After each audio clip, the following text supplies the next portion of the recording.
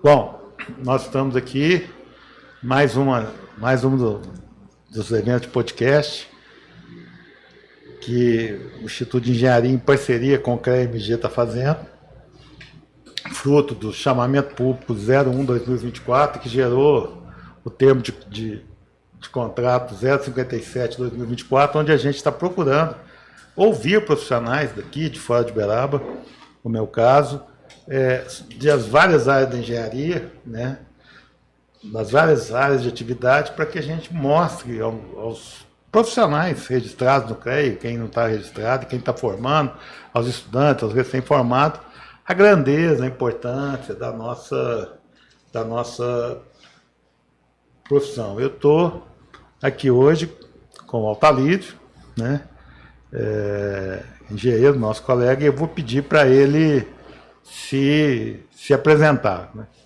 Quem é Altalídio, filho, vida, formação, e aí depois a gente vai entrar nas perguntas. Bem-vindo, obrigado por aceitar o nosso convite, Altalídio. Eu que agradeço. Bom, meu nome é Altalídio Raimundo Filho, né? Eu sou natural de Londrina, Paraná, fiz engenharia mecânica na Universidade Federal do Paraná, formado em 1968. De lá eu trabalhei por um ano mais ou menos na ESSO, Brasileira de Petróleo. Da ESSO eu fui para Shell, Brasil Petróleo, onde fiquei desenvolvendo um novo produto para lubrificação de locomotivas, junto à Central do Brasil. E de lá a Vale se interessou e exigiu que eu fosse acompanhar o mesmo processo de implantação desenvolvimento desse novo lubrificante lá em Vitória. E em Vitória eu tive a oportunidade de fazer um concurso e passei para a Vale do Rio Doce, onde fui deslocado para a mina de Itabira. Fiquei 6 anos na parte de manutenção de equipamentos fora de estrada, na mina de Itabira. Bom, de Itabira eu queria voltar para o meu Paraná, recebi um convite para Foz do Iguaçu, na construção da barragem de Itaipu. Eu aceitei e fiquei 5 meses, porque ali a barra era meio pesada, você entende? Principalmente na parte de preservação de vida humana, a correria era tão grande ali que não se dava muita ênfase, né, à importância da preservação da vida. Bom, terminado foi o canal de desvio.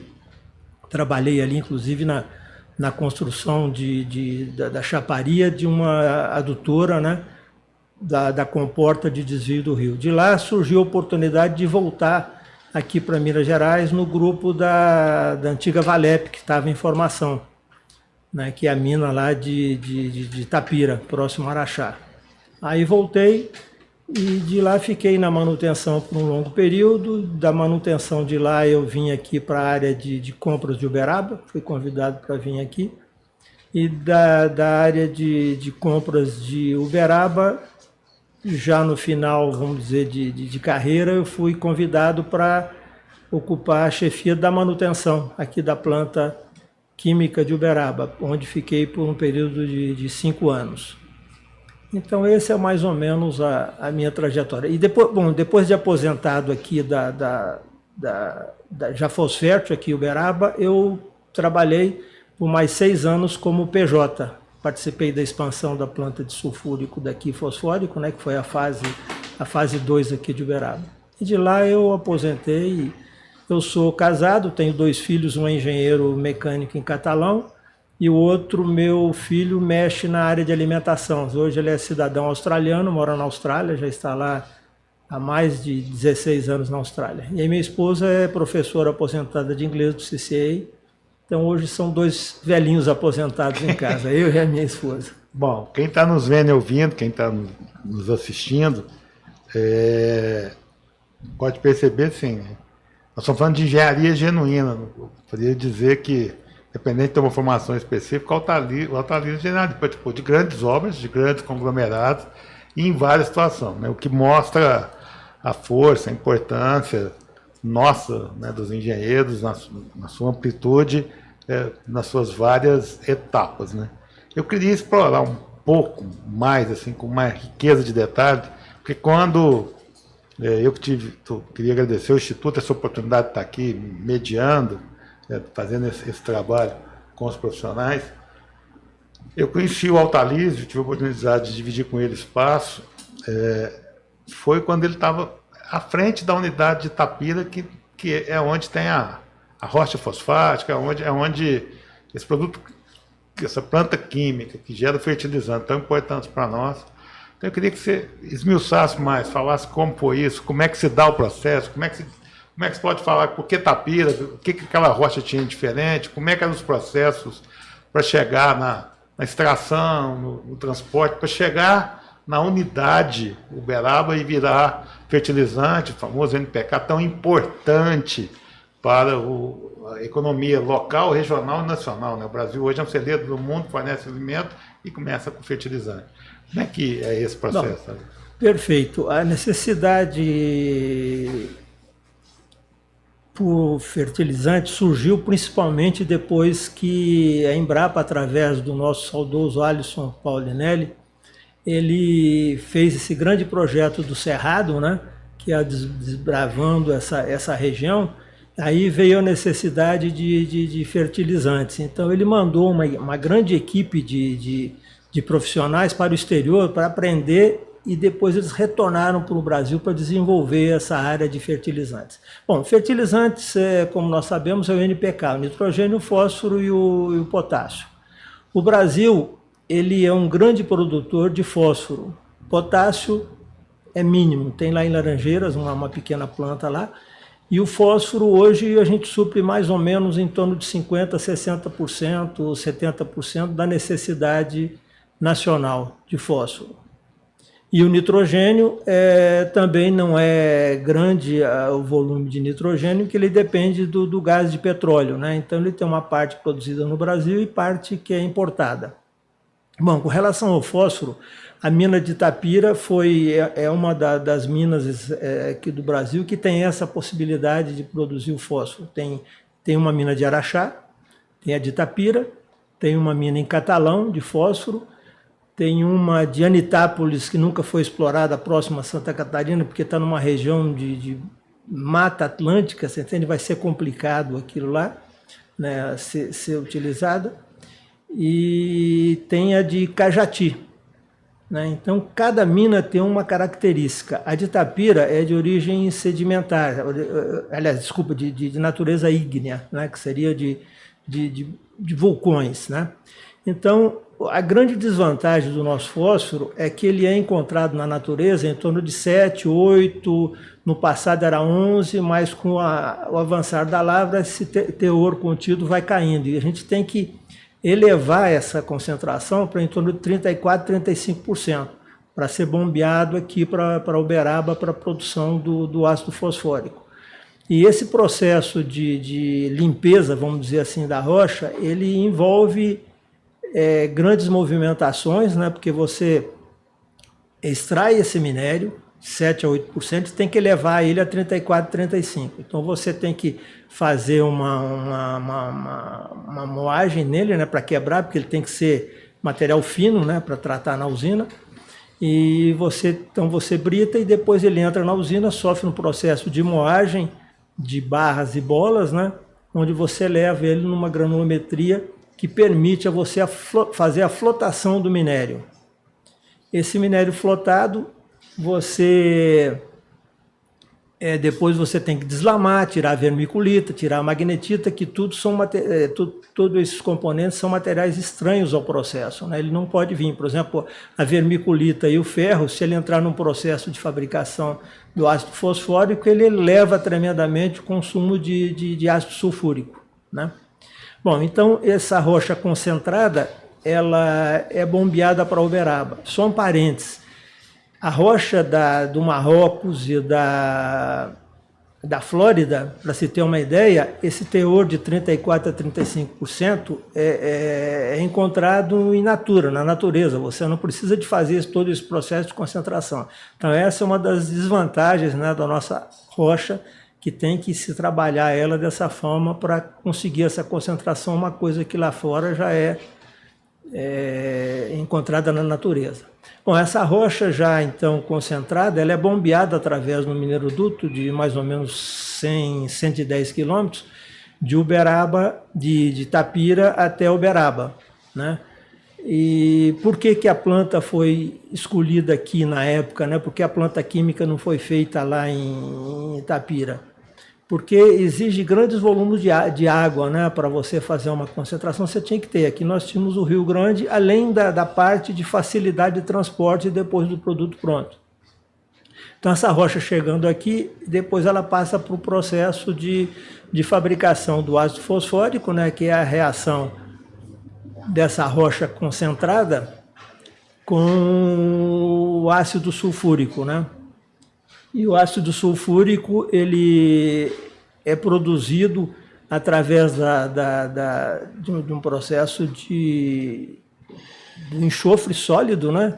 Você dilui esse enxofre e vai tem um processo todo de diluição desse ácido, ele se transforma em líquido e depois esse ácido sulfúrico você reage com a rocha e ele produz o fosfórico, que vai ser a base depois para você fazer o MAP, o TSP, o super simples, você entende? Essa gama de produtos que pode advir daí. Então, em uma linha básica, é o processo de fabricação de fertilizantes. Né? Que é o que nós temos em Itapira. Retira esse produto que tem lá. Tira produto lá ele é feita essa limpeza, né, concentrado a rocha, né, e de lá manda para cá, onde faz o ácido fosfórico. Vem por um mineroduto de 100 quilômetros. Bombeado, né, lá, chega... Bombeado de lá, são bombas de grande potência, né? Bombas importadas da Continental Ames, que bombeia esse produto até aqui o terminal de Uberaba, onde é estocado em tanques, né? E de lá você depois remete para a planta de ácido fosfórico, que recebendo o ácido sulfúrico produzido na planta de sulfúrico, você faz, né, o ácido fosfórico. E dali sai o gesso, né? Porque, na verdade, a gente tem uma grande montanha de gesso, né? Até o pessoal brincava que a gente fabrica gesso, não ácido fosfórico, porque praticamente, eu acho que, se a memória não falha, da escala de 10:1, né? Para cada 1 tonelada de fosfórico, você produz 10 toneladas de gesso. Então, aquela montanha, para quem conhece, vê o tamanho daquilo que é lá, né? Que hoje até é utilizado, né? Hoje é utilizado. Utilidade para esse.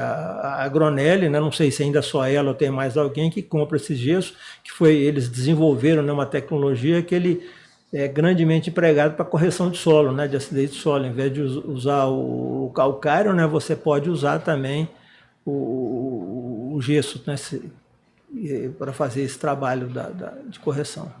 Né? Interessante.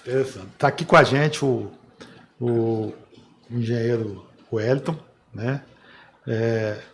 O Wellington é engenheiro eletricista de formação e trabalha muito com segurança do trabalho. Numa das falas do Altalize, nós vamos explorar essa parte de processo, que é uma aula de engenharia, nós já fomos até em Itaipu. Ele disse que Itaipu, quando foi feito, e foi um dos motivos dele ter ficado pouco tempo lá, é que a agilidade talvez não havia, naquele momento, uma preocupação grande com a segurança dos trabalhadores. Né? E você, como especialista em engenharia de segurança do trabalho, quer dizer, Itaipu hoje, com certeza, sofreria, primeiro, a parte ambiental, mas você tem, assim, formado que é na área, já pesquisou, já teve informação, sabia que Itaipu, porque o imigrante foi feito também, diz que à medida que eles iam concretando os pilares da rodovia dos imigrantes, deve ter gente lá que só chegou o capacete em casa. Isso é impensável hoje. Como é que o processo de segurança se dá em obras que, né, não é só no pequeno, mas imagina uma Itaipu sendo feita hoje, não, seria impensável? Seria impensável. Hoje, segurança, ela é em primeiro lugar. Então, eu não posso conceber um projeto sem segurança. É verdade. Então, no passado a gente tinha grandes acidentes, né? E a gente fala em segurança quando tem grandes acidentes. Aí você vai pensar, então você não trabalha na prevenção, você trabalha na correção, né? Então hoje nós trabalhamos na prevenção, tem que ser preventivo. Então, para conceber um projeto aí, você tem que pensar nos mínimos detalhes. Exame médico treinamento, capacitação do trabalhador. E a pressa a gente sabe que gera o acidente. Como o senhor falou aí, Itaipu, Ponte Rio-Niterói, né, que tem relatos aí que profissionais lá morreram lá naqueles tubulões lá e sob concreto, né? Jogaram concreto os profissionais. Hoje não. Hoje segurança, eu já participei de 2 paradas aqui na antiga Vale, né? Fosfério, depois Vale Fertilizante, parada de manutenção, 1.280 colaboradores ali da Mansev, eu era supervisor de segurança do trabalho, e fizemos lá, tivemos 1.800.000 horas sem acidente. Então é tudo ali, tem um técnico de segurança, tem a parte médica que vai vigiar, supervisionar os profissionais. A segurança, então, inclusive, a gente fez um programa, um desses eventos aqui sobre segurança, o cara foi categórico. Hoje a segurança é usada para você ganhar dinheiro, né? Pra você não ter acidente, não ter polarização. Você olhar todo...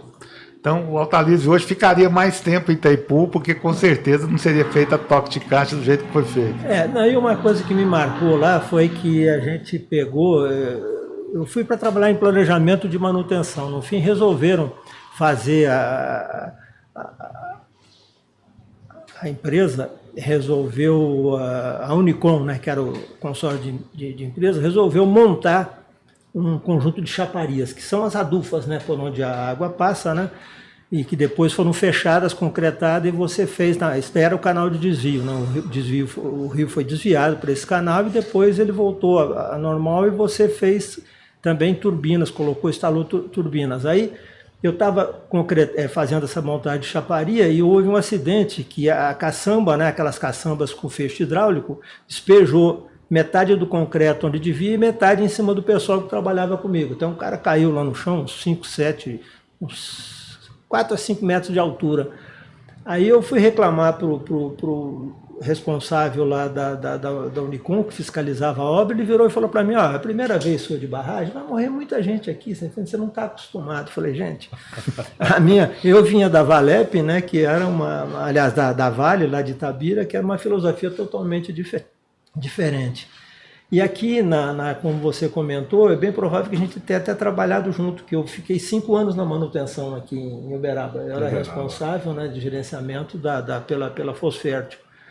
E depois eu fui para a parte de expansão, onde ali a segurança era fundamental, né? Aquela expansão da planta de sulfúrico. Eu fazia sempre uma crítica junto aos nossos supervisores de segurança, onde eu comentava o seguinte, olha, você tem todo um procedimento aí, né, de liberação de serviço, onde não basta você estar preocupado de colher a assinatura do colaborador, você tem que ver se ele entendeu o que está escrito, você entende? Porque a assinatura eu sei que é fundamental, porque a empresa tem que ter uma proteção judicial, é verdade, mas para preservar a vida tem que ver se ele entendeu o que está escrito, porque de nada adianta você entregar o papel para ele, falar, ele assinar e está tudo bem, se ele não entendeu os cuidados que ele tem que tomar, que consta daquele documento de liberação da... Então essa é a minha filosofia, você entende? Tem que fazer e incentivar a pessoa também a ter vontade de viver, porque o que eu dizia é o seguinte, não adianta você ter... você não ter amor pela sua vida e não seguir os procedimentos, você entende que o engenheiro de segurança e o técnico de segurança passa para você. Até colocava o termo, desculpa, você tem que ter tesão pela vida, né, para poder, né, seguir aquilo, porque a vida é sua, senão nada vai resolver. Posso botar aí 40 inspetores e engenheiros aqui dentro, se você não gostar da vida, você vai fazer bobagem amanhã, né? Então, acho que isso é filosofia. Nessa ampla carreira, porque nós estamos falando aí, você falou que, pelo que eu entendi, 21, que você aposentou profissionalmente do sistema em 15, mas continuou 15. Como PJ 6 anos até 2021. Nós estamos falando aí o quê? De 50 anos de carreira? Mais de 50. Eu formei formado de 50, uns 55 anos. 50 anos. Quer dizer, 55 uma história de vida, né? E no início você comentou a passagem pelas empresas petrolíferas, né? Shell, Esso. Você comentou a volta para o seu Paraná, Itaipu, e depois toda essa experiência aqui na... Então, a gente pode dizer que você é um profissional que viveu os grandes ciclos, as grandes obras. Esse programa tem a função de, a gente quer mostrar aos profissionais o que a gente já teve, o que a gente pode voltar a ter. O Brasil precisa de muita coisa ainda, de muita infraestrutura, mas você viveu, vamos dizer assim, pelo menos moderno, o apogeu das grandes, né? Poder se dar o luxo de falar, eu tive em Itaipu, achei que daquele jeito eu não estava acostumado com barragem, não era para mim, maravilha. Aí você já deu uma aula para nós aqui dessa parte de geologia da rocha, como é que é pensado, como é que é feito, como é que é extraído, como isso é condicionado, como é que isso chega. Ou seja, se nós estamos no país do agro, vivendo de alimentação, esse fertilizante tão utilizado, que gera comida, que é a ponta de entrada, como é que chega? Isso a gente está falando só de engenharia, né? Processo de engenharia nessa. Que outros fatos, que outros lugares você trabalhou, né? Que outros fatos são marcantes na sua carreira profissional? Porque quem está nos vendo e ouvindo, nós estamos aqui em Uberaba, falando para uma, a priori, vamos dizer, se a gente for falar só da massa de profissionais daqui, são mais de 5.000, mas se a gente pensar no sistema em Minas para o Brasil, nós não sabemos onde nós vamos chegar. E tem muita gente que vai estar nos ouvindo e assistindo, que está decidindo, está recém-formado, está pensando em fazer engenharia. Como é que você diria assim, o que foi marcante, o que foi além, que outros exemplos a gente poderia citar para que o pessoal visse a importância, porque só o exemplo que você já deu da Fosfer, te fala, mas isso vale uma carreira. Né? Você falou de manutenção, falou de preocupação com segurança, mas nessas passagens pela Shell, nessa imensa carreira, que fatos pitorescos, que situações a gente poderia descrever, falar, não, gente, engenharia é um negócio diferente, fundamental na vida do ser humano mesmo. O que você poderia relatar para nós dos pontos desse bate-papo que a gente está tendo aqui? Olha, a gente viveu, né, desde a implantação de projetos, né, do nascimento, né, como foi, esqueci de comentar, Tapira também, nós tivemos uma expansão lá, né, foi, inclusive você participou, né, naquela época, né, que a gente viu crescer, o nascer daquele projeto todo. Então, você vê a importância da engenharia, começa por ali, né?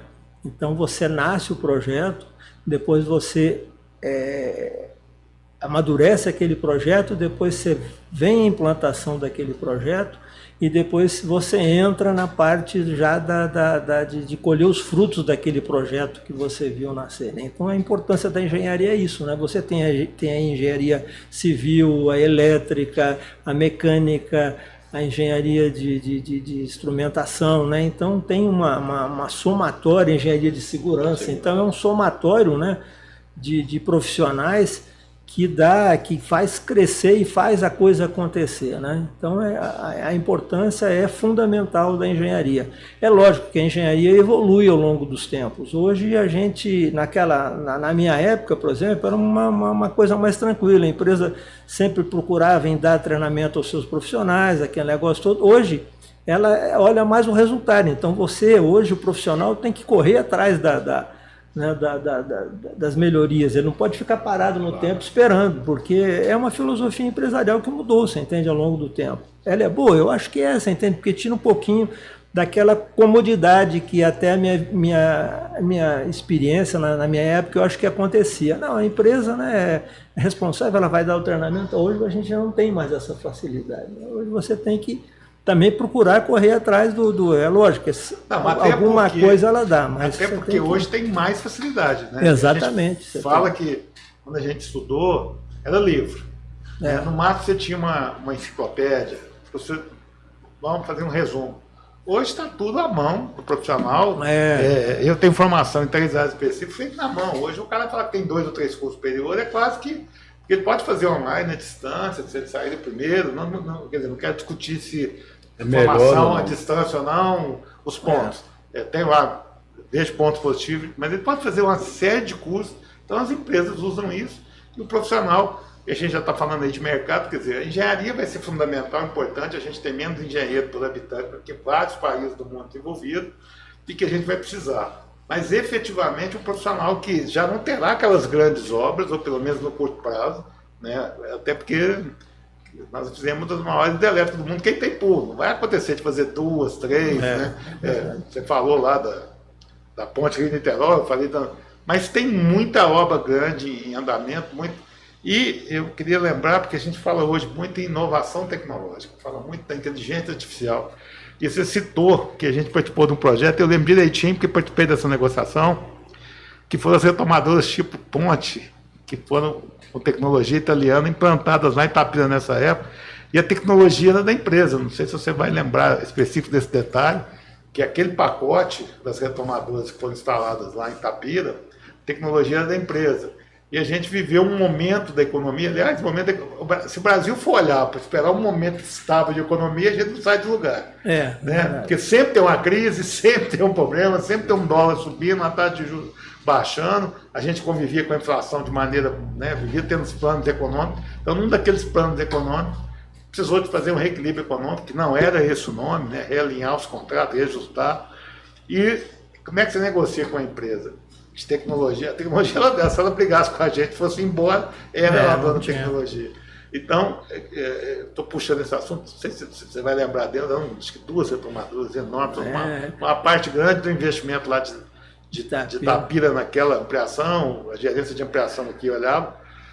Eu fiz a parte da negociação para dizer, para quem está nos vendo e ouvindo, gente, que a inovação tecnológica, ela acompanha, ela evolui. Talvez hoje ela chegue, igual você falou, nós temos que sair da zona de conforto. Hoje a empresa não está pagando para você se formar, ela está contratando valores e conhecimento, né?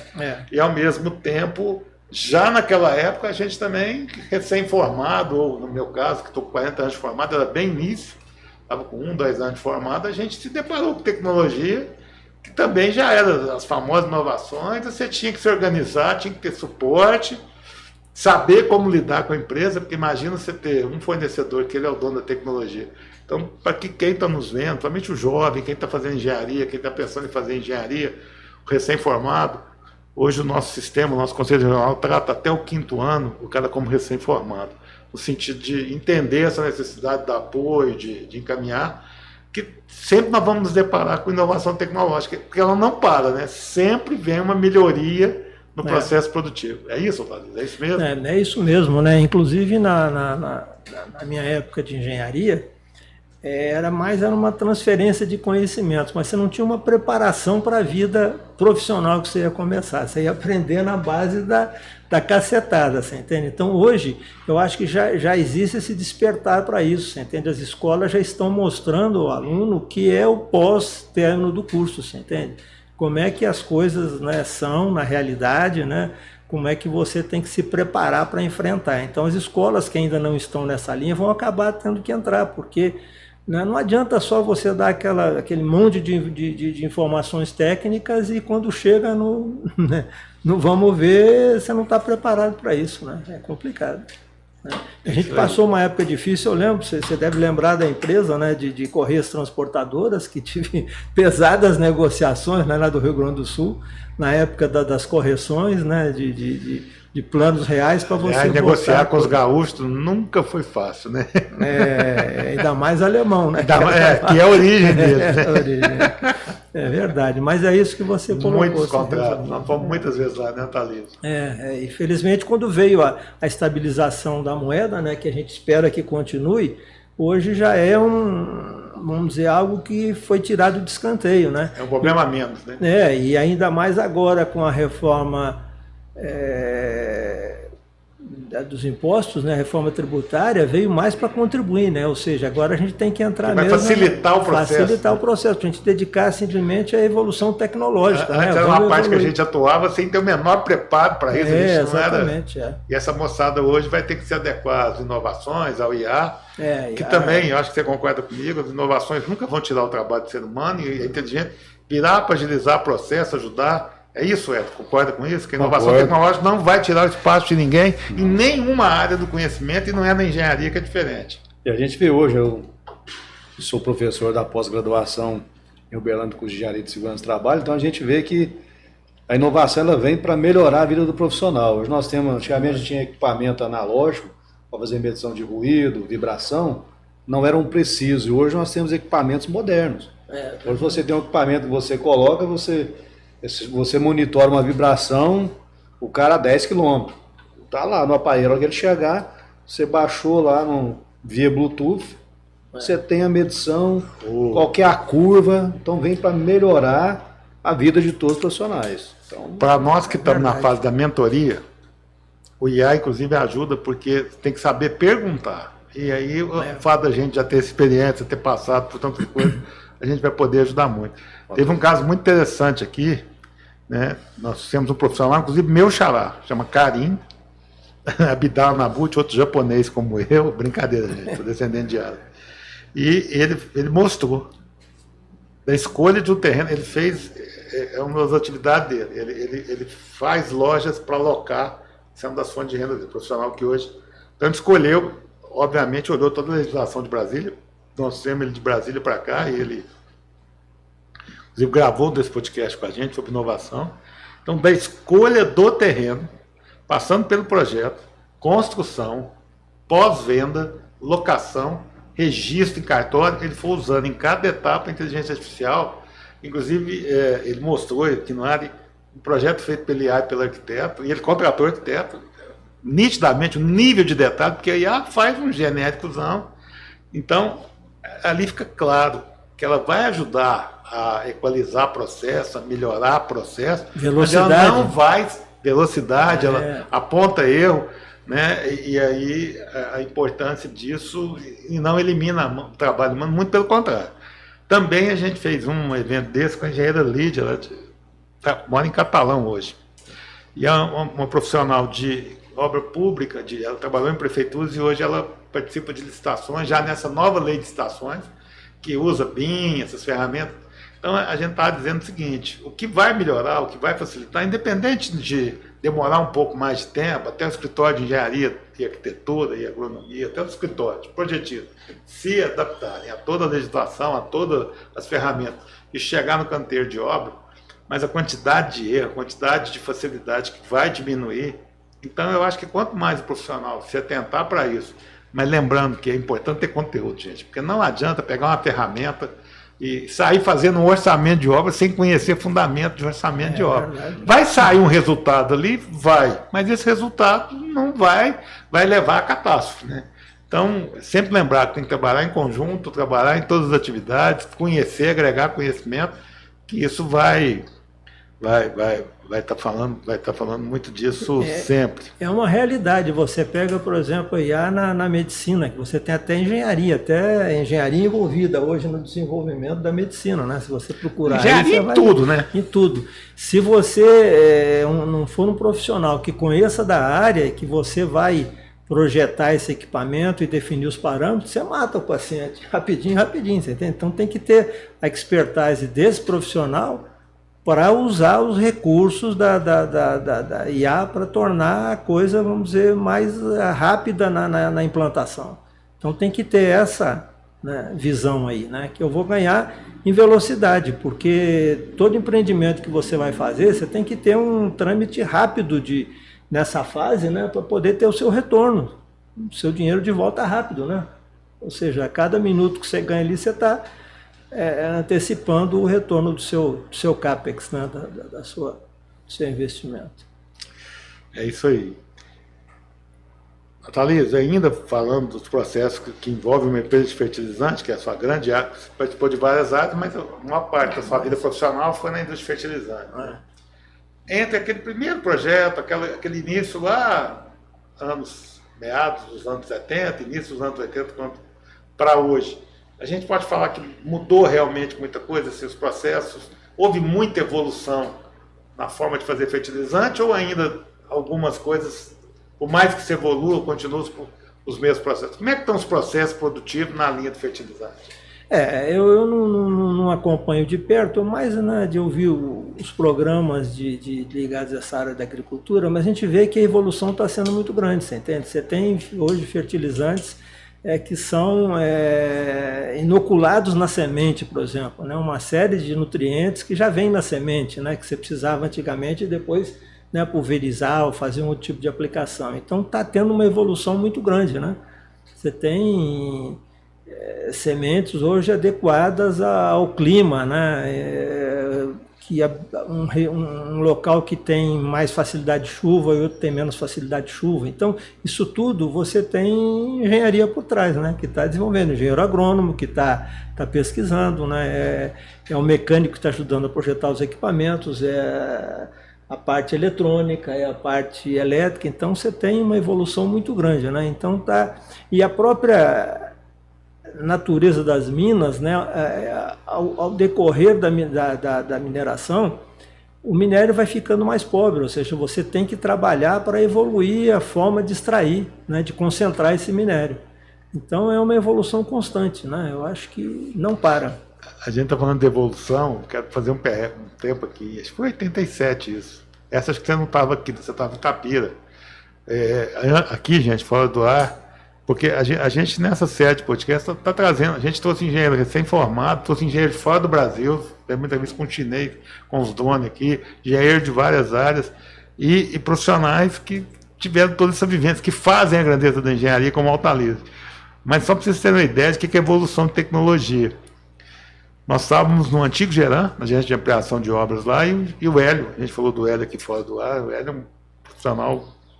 É normal, também tivemos muito orgulho, eu tive muito orgulho de trabalhar com o Altalize e o Hélio, são escolas ambulantes, eu aprendi muito. E aí ia chegar o Wellington, um fax do Japão, primeira vez que a engenheirada recebeu uma reunião para ver como é que aquilo ia chegar. Nós estamos falando aí de 87, 13 com 24, por aí, 13 com 24, 37, quer dizer, menos de 30 anos, e eu lembro que quando depois que a gente saiu de lá, eu fui montar a empresa, e um dia o cara falou, preciso te mandar um orçamento pelo fax, eu falei, lá na empresa não tem fax, então você não tem empresa. Então, isso já era início da década de 90, 95, por aí. Cadê o fax? O que é fax? Essa meninada não sabe nem o que é fax hoje. E veio da tecnologia, veio de lá para cá, quer dizer. Então, gente, cada vez mais rápido e cada vez mais inovação, se aprimorem para isso. Fala da Altalize aqui, e por isso que a gente trouxe, passou por várias coisas da engenharia, ele reconheceu como mecânico que é, a importância da parte elétrica. Eu pedi para dividir o espaço com ele aqui, o engenheiro, o Hélio, que agora mesmo vai se apresentar nesse podcast. Eu já peguei com ele falando, nem falei, pô, Hélio, fala um pouquinho de você. O Hélio tem engenheiro eletricista, mas a gente foi lá na extração. Vocês notaram a pluralidade que a gestão e o trabalho da engenharia? Não é pelo fato do Altalize ser engenheiro mecânico que ele não conhece todo o processo, que ele não esteve ali supervisionando, gerenciando todo esse processo de concentração, ou seja, o nosso conhecimento na engenharia, ele é amplo. Então a gente não pode, porque tem uma habilidade ou uma especialidade, ficar restrita a ela. Quer dizer, não é porque, no caso do Hélio, que é engenheiro eletricista de segurança do trabalho, nosso próprio presidente Marcos Gervásio, né, engenheiro civil e engenheiro de segurança do trabalho, não é porque ele é engenheiro, porque ele não tem que entender o processo. Como é que você vai falar de alguma coisa? Você não precisa efetivamente fazer todas as etapas, porque ninguém é super-homem, mas conhecê-lo, saber o que está fazendo, né, isso é muito importante. Estou certo? Certo, não. Conhecer o seu processo de trabalho é importante. E aí, ouvi você falando, a gente recorda, né, recentemente, né, o acidente lá de Mariana, Brumadinho, né, e eu tive em Itapira lá, já fiz algumas manutenções lá, e sempre o pessoal falava, e a segurança aqui das barragens, como é que tá? Aí o senhor esteve lá, como é que o senhor vê essa parte lá de segurança da sua época para cá? Eu acho Seu início, né? Eu acho que evoluiu muito, né? Hoje a começar porque o processo utilizado pela Vale, né, e por mineradoras, era o processo de barragem, vamos dizer assim, barragem úmida, né? Você estocava e subia a barragem com lama e com a parte do produto um pouco mais seco. Hoje já estão se eliminando esse tipo de barragem, que é um alto risco, né? Porque água, fogo e ar são coisas que é difícil de você controlar, né? O mais cuidado que você tem, então, tanto é que ela está desativando nessas barragens, aí, descomissionando, como ela diz, né? Colocando numa condição mais segura. Então eu acho que foi enorme evolução da engenharia, né? E era uma coisa que na época era tradicional, né? Se fazia daquele jeito, né? Como o Carim colocou na época do fax, eu vou até um pouquinho antes. Alguém se lembra do Telex? Eu lembro. Que fica aquele negócio na Itapira tinha uma operadora de Telex, entende? A moça ficava quase doida no barulho daquela máquina lá o dia todo na cabeça, né?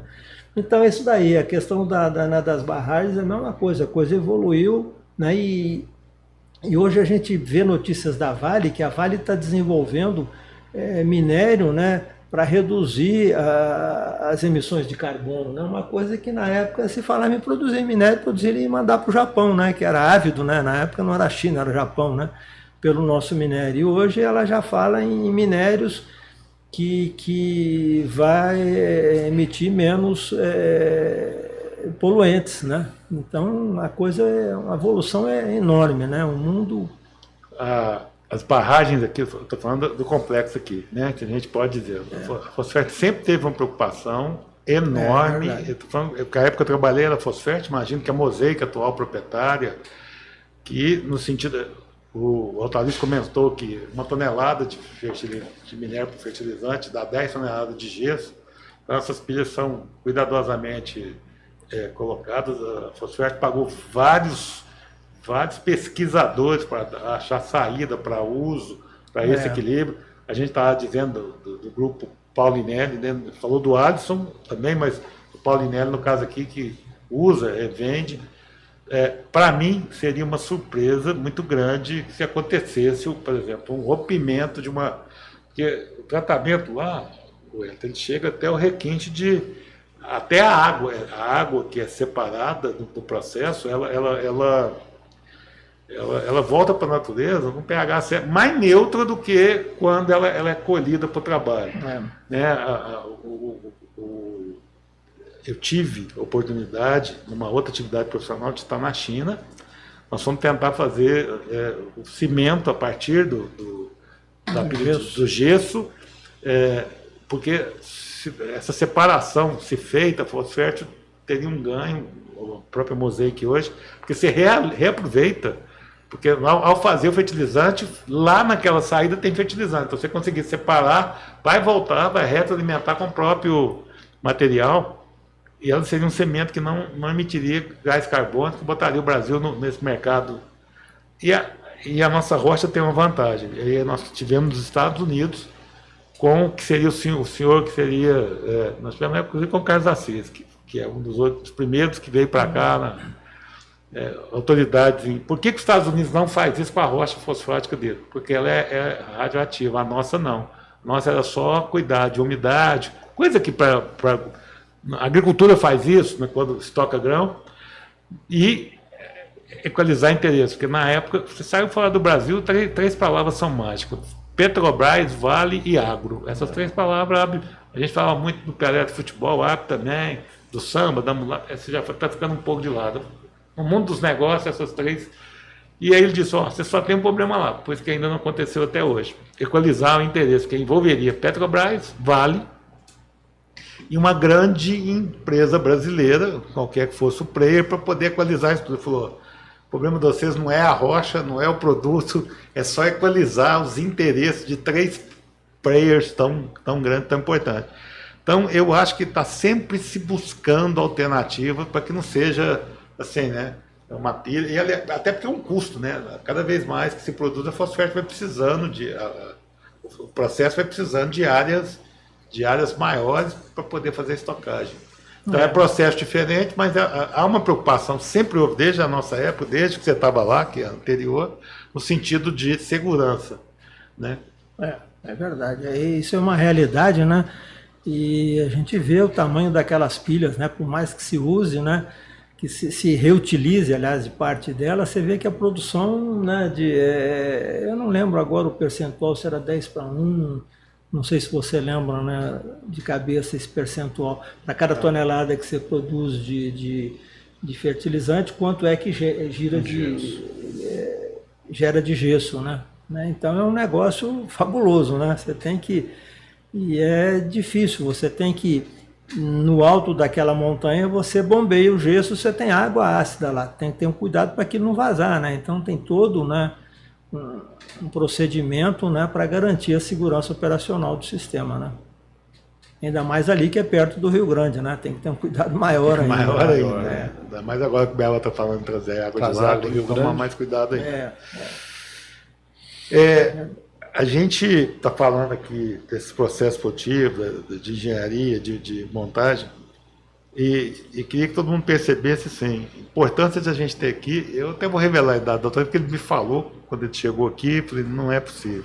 Parece que acabou de fazer 80 anos de idade. Parece? Não parece. Profissional na flor da idade, que dedicou 55 anos da sua vida profissional, da sua carreira à engenharia.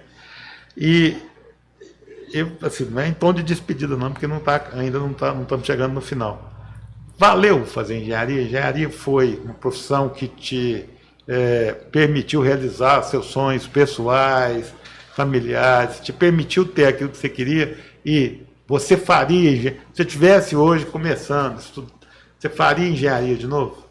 Olha, eu sinceramente faria, você entende? Porque para mim foi muito cativante. A gente tem bons momentos e momentos ruins, né? Mas isso faz parte da vida. Mas eu sempre gostei, né, de engenharia, escolhi a engenharia como uma profissão que me realizou plenamente, você entende? E o meu menino que mora hoje em Catalão também ele fez engenharia mecânica, né?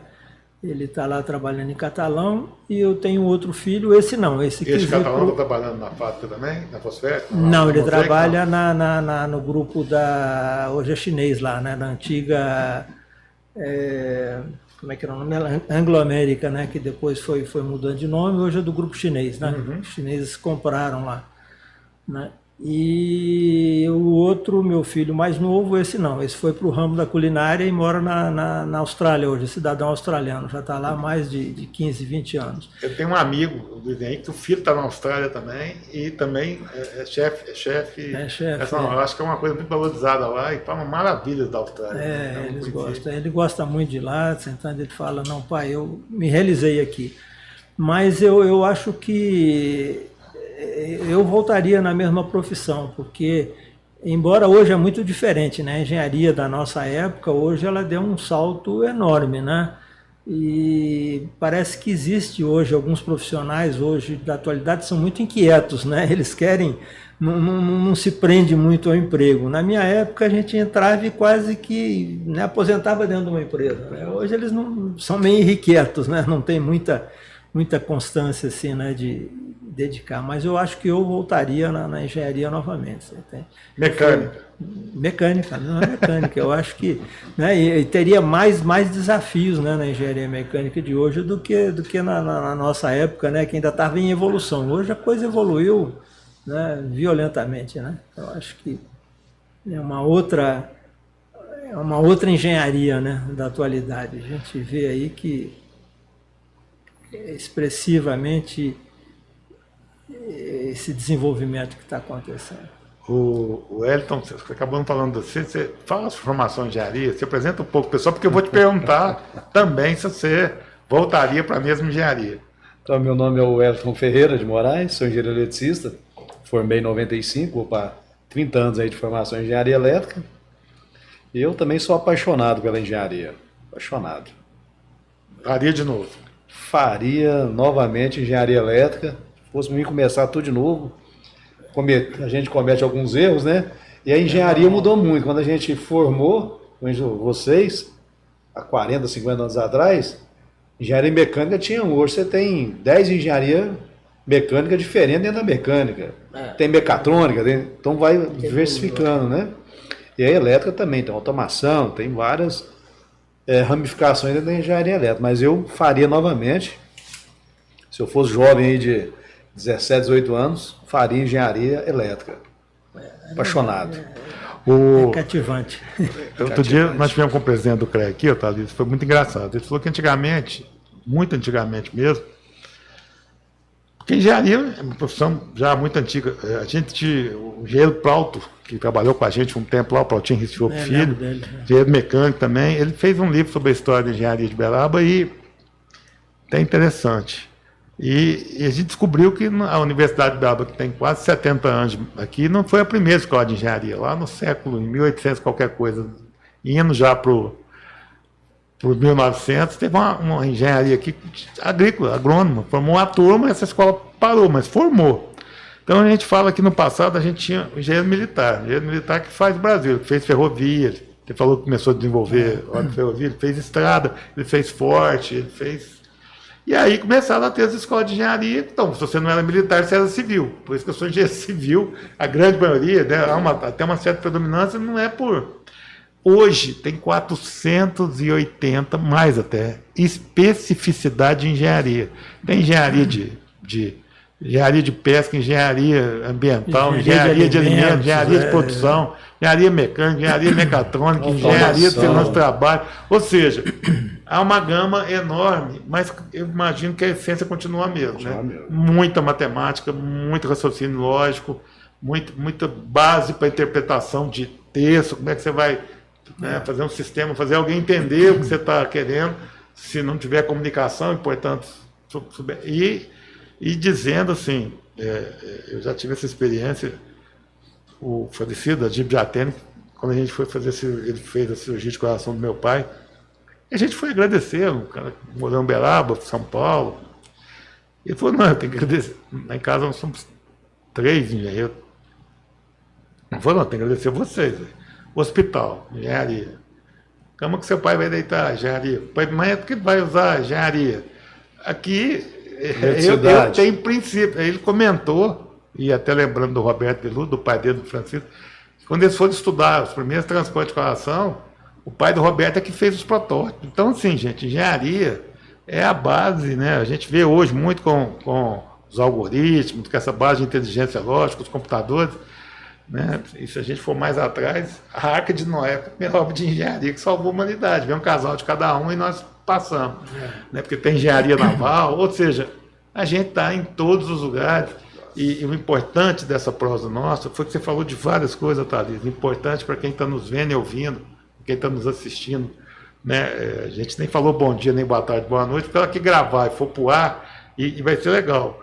A gente faz perguntas para que tenha corte, então além dela integral, para a rede YouTube, para o site do Instituto, do CREA, terão umas pequenas pílulas onde esses depoimentos são importantes. É para mostrar para o pessoal que a engenharia, aquela história, né? Nada começou ontem, tem uma longa trajetória, e que quem exerceu, você falou das dificuldades, o que é normal também, na vida é assim, em todas as áreas, em todas as atividades profissionais, mas quando eu acho que a engenharia tem um negócio diferente das outras, que é a visão do civil, né?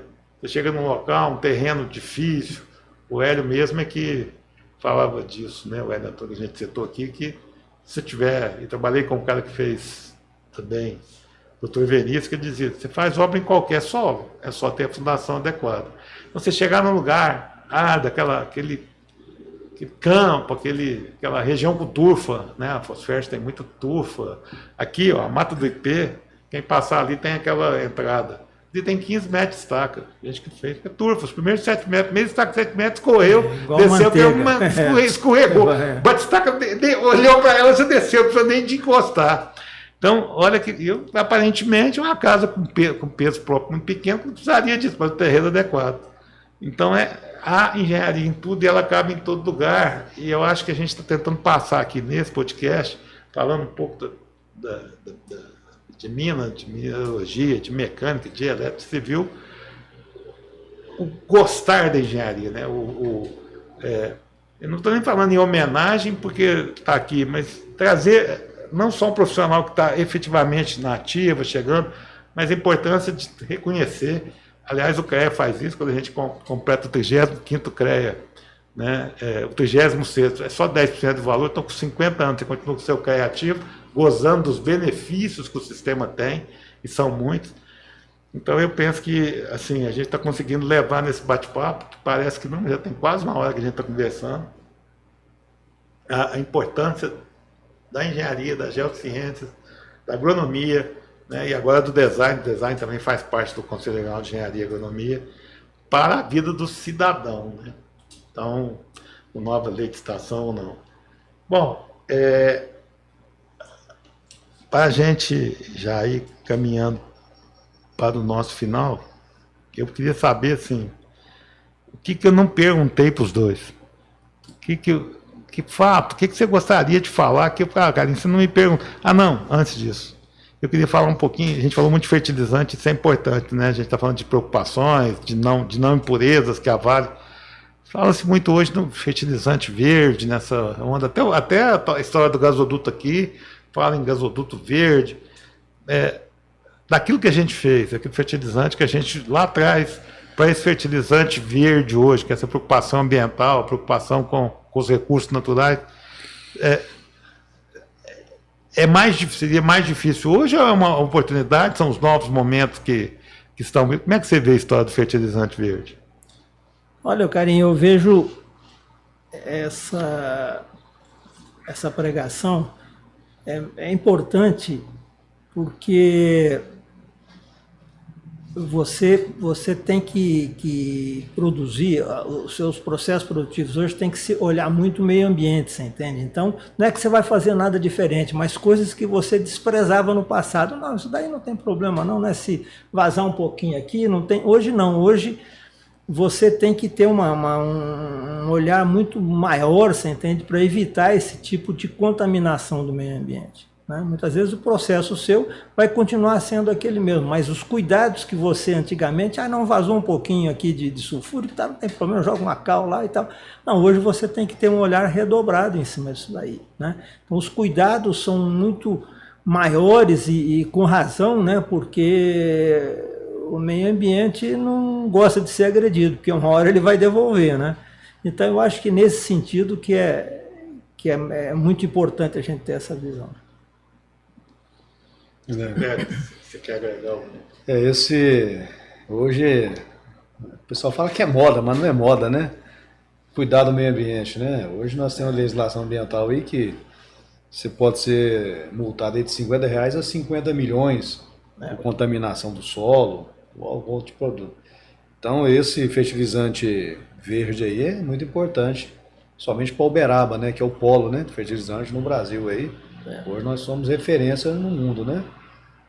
Chegando o gás aí para nitrogenado, né? Aí vai dar um impulso aí nesse fertilizante verde aí.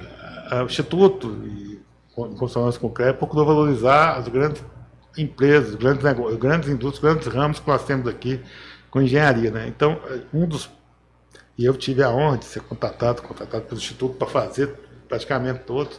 E a gente trouxe o pessoal da cervejaria aqui, da engenharia química, que pode ter outro conselho. Eles deram um dado, porque tinha aquela situação, você precisa de 3 litros. Primeiro eles jogaram por terra, essa coisa de que a água é que faz. Não, a água, óbvio, quanto melhor a água, mais barato é o processo de deixá-la tirar as impurezas e a cervejaria que vai cuidar dela. Mas não é a água do aqui, não. Nenhuma cervejaria virar para cá, porque tem abundância de água, isso é um fator bacana. Aí tinha aquela história que precisa fazer 1 litro do chopp, que vai virar cerveja, são 3 litros de água. Eles já estão trabalhando já de olho nessa preocupação ambiental com 2,7, 2,8. Ou seja, estão otimizando o processo. Olha onde que entra engenharia em tudo. Né? Imagina numa empresa que produz milhões e milhões de litros, você reduzir de 3 para 2,8, 2,7 o consumo de água para o tanto que a natureza vai agradecer, o tanto de insumo. Então eu penso assim, que algumas coisas que aparentemente assustam no primeiro momento, parece que é modinha, implicação, mas se a gente usar a favor, né, você vai até ganhar dinheiro com isso. Então acho que é importante todo mundo ficar atento a isso. Então, realmente agora a última pergunta para cada um o que eu não falei que vocês gostariam de falar? O que eu não perguntei que vocês gostariam que fosse perguntado? O que faltou? Carlinhos, eu queria ter falado disso aqui. Uma experiência que você viveu, alguma coisa da sua carreira, pode voltar lá no óleo da ferrovia, que eu achei legal. Trabalhou na Shell, estava desenvolvendo um óleo específico para ferrovia. Legal, né? Não para ferrovia, para o equipamento, né? Para o trem de ferro. O que eu não te perguntei? O que faltou? Eu diria o seguinte, na minha formação, ao longo, depois da carreira, e avaliando isso hoje, faltou um pouco de conceito de gerenciamento humano, você entende? Porque hoje não se trabalha mais, eu acho que as empresas deveriam mudar o nome de recursos humanos para relações humanas, você entende? Porque o trabalho hoje nada mais é do que um relacionamento humano, que é através das pessoas que você obtém os resultados. E muitas vezes a gente não entendia isso daí, você entende? A gente agia de uma forma que não era vamos dizer, um relacionamento humano. Você olhava aquela pessoa como um recurso humano, né? Ela tem que produzir, tem que fazer e tal. E era aqui, né? Cobrava o que tinha que cobrar e queria o resultado a qualquer custo. Eu acho que hoje não. A gente tem que... Eu sinto que faltou um pouco disso daí, né? Ao longo da minha carreira, né? De formação. Para mim, hoje sempre, né? O humano é o fator preponderante. Nós já falamos que a tecnologia não vai substituir, mas eu acho que falta.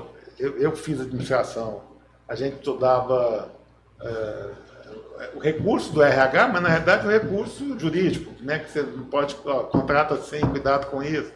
Ou seja, mas não é isso, né? Isso é um pedaço do que envolve relação profissional da pessoa com a empresa, mas o relacionamento humano, gerenciamento de recursos, a nossa geração peca muito por isso, né? Talvez não teve preparo, informação para entender a inteligência emocional, né? A gente era focado em QI, capacidade, coeficiente de inteligência mesmo, não só quem indicava, mas todo esse processo, a parte emocional, essa parte hoje, acho que é um componente na espiritualidade, um coeficiente envolvido aí. O ser humano, essa inquietude que você disse, eu percebo ela. Tenho um filho de 20 anos, naquela coisa de quero estar nesse planeta, também quero ser feliz, não quero estar subordinado a alguém que garanta meu sustento ou que provenha meu sustento, mas que me deixe eternamente infeliz. Acho que isso... Então, se a gente pudesse dar uma dica aos jovens, além de buscar conhecimento, né, que é além do chá, né, que é competência, habilidade e atitude. E a habilidade passa muito por esse relacionamento. É isso, Edson? É isso. Demais. Indo de encontro ao que o nosso colega falou aqui, relações humanas, né? Hoje, o governo, ele trouxe uma inovação, né, na norma regulamentadora 5, conversa sobre a CIPA, que é o assédio. Hoje é obrigatório todas as empresas cuidar do assédio moral e sexual nas empresas. Que isso no passado era comum, né? Manda que nós tínhamos um engenheiro lá, chefe. Eu tenho um chefe e eu sou subordinado. Manda quem pode. Vai lá e faz, não te manda embora. Pois não, Vazinho, eu vou falar com o diretor lá. Mesmo você não tendo experiência para executar, você fazia, arriscando acidentar. Então hoje o jovem ele tem essa ferramenta hoje que é o quê? Fala-se de assédio. Preocupar com relações humanas, se você falou, não recursos humanos, né? Relações. Relacionar bem com... A faculdade tem que ensinar o jovem a lidar com pessoas, que ele vai comandar alguém.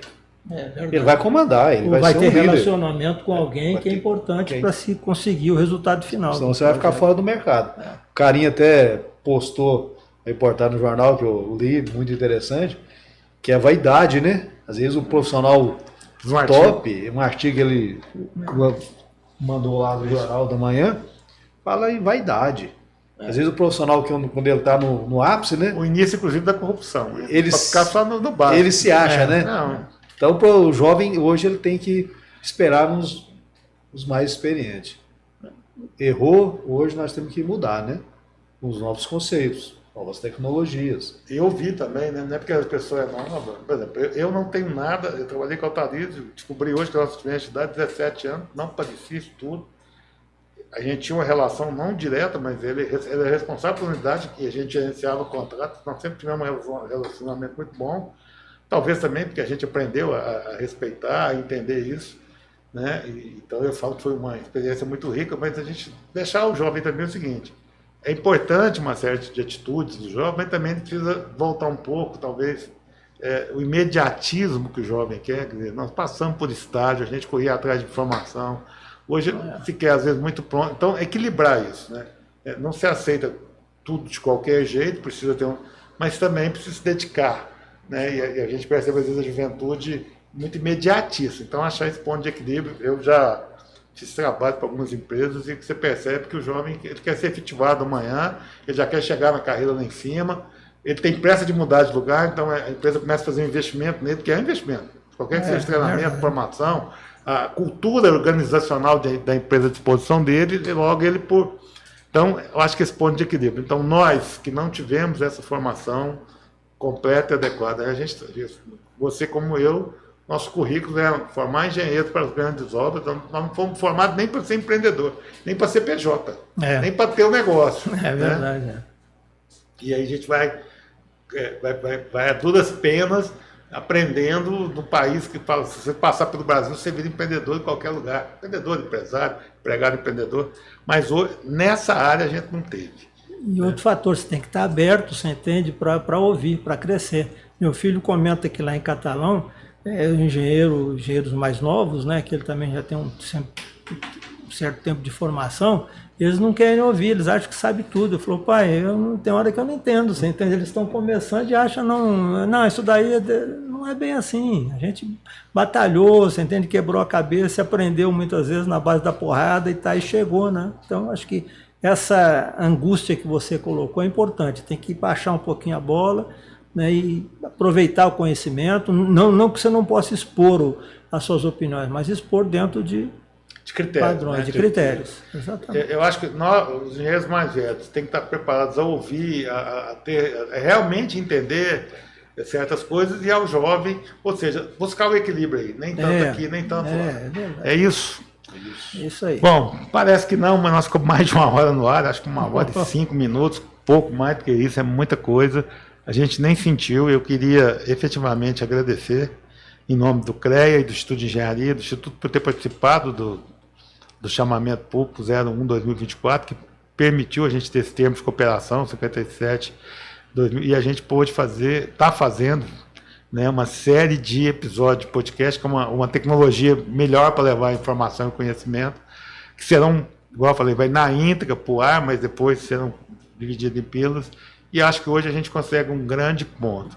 Né? Queria agradecer ao Edson, que me ajudou a conduzir aqui, fez a outra lista que a gente tirou da comodidade, trouxe de fora, no sentido de mostrar, né, a vivência, a experiência de um profissional que atuou durante 55 anos no mercado, passando por as mais variadas experiências, as mais variadas áreas de atuação, e que deixou aqui, com muita tranquilidade, muita humildade, dicas e informações muito importantes. Então, muito obrigado.